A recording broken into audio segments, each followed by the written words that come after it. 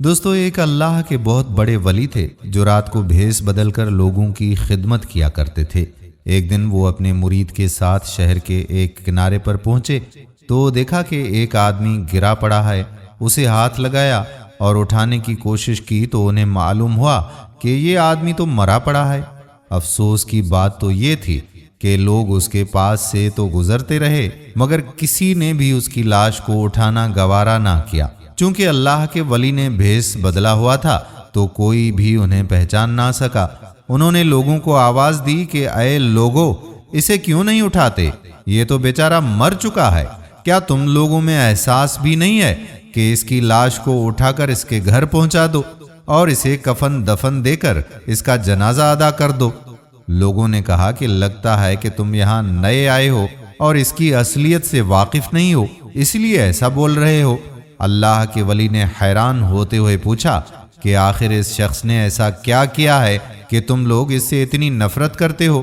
لوگوں نے جواب دیا کہ یہ شخص بہت ہی گنہگار اور بدکار تھا، زنا اور شراب کا عادی تھا۔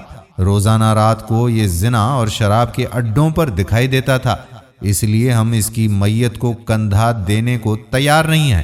خیر، اللہ کے ولی نے اپنے مرید کے ساتھ مل کر وہ لاش اٹھائی اور اس کے گھر لے گئے۔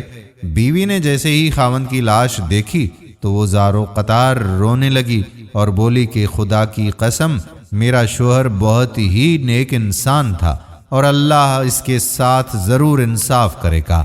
یہ سنا تو اللہ کے ولی کو بہت تعجب ہوا اور اس سے پوچھا کہ تم یہ کس بنیاد پر کہہ رہی ہو کہ تمہارا شوہر ایک نیک انسان تھا، حالانکہ لوگ تو اسے زناکار اور شرابی بتا رہے تھے؟ وہ عورت بولی کہ لوگوں سے یہی توقع تھی۔ ہاں، یہ سچ ہے کہ میرا شوہر شراب اور فحاشی کے اڈوں پر جاتا تھا، مگر خدا کی قسم اس نے آج تک نہ تو شراب کی ایک بوند پی اور نہ ہی کسی فحاشہ کے ساتھ رات گزاری۔ دراصل حقیقت کچھ اور ہی ہے جو لوگوں کو معلوم ہی نہیں۔ اللہ کے ولی کے بارہا اصرار کرنے پر اس عورت نے بتایا کہ اس کا خاوند روزانہ رات کو شراب خانے سے شراب خرید کر لاتا اور گھر آ کر یہ کہتے ہوئے اس شراب کو ڈول دیتا کہ چلو کچھ تو گناہوں کا بوجھ مسلمانوں پر ہلکا ہوا۔ وہ کہتا تھا کہ جو شراب میں نے بہا دی ہے، اگر کوئی اور وہ لے جاتا تو ساری رات گناہوں میں گزارتا، اور اسی طرح پھر وہ ایک فاحشہ عورت کے اڈے پر جایا کرتا تھا اور اسے ایک رات کی اجرت دے کر یہ کہتا تھا کہ آج کی رات کے لیے اپنے دروازے بند کر لو اور کسی کو بھی اندر آنے کی اجازت مت دینا، اور پھر گھر آ کر کہتا کہ میرے مالک، شکر ہے میں نے آج رات 2 انسانوں کو گناہ کرنے سے بچا لیا۔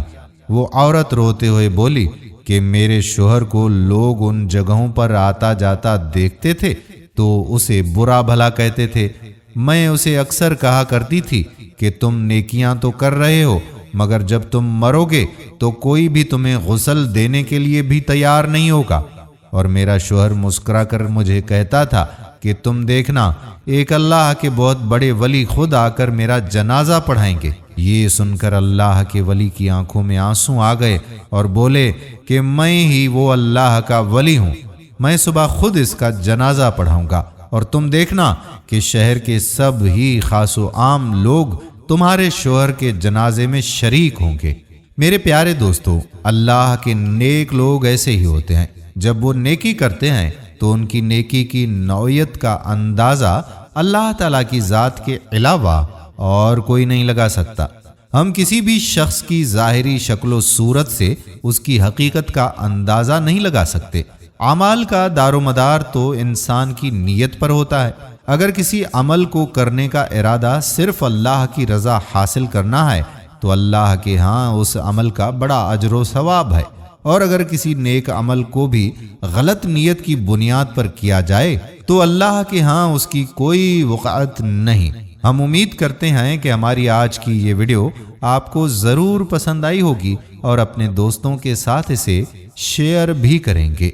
آنے والی ویڈیو تک قادر بخش کلہوڑو آپ سے اجازت چاہتا ہے۔ اللہ حافظ۔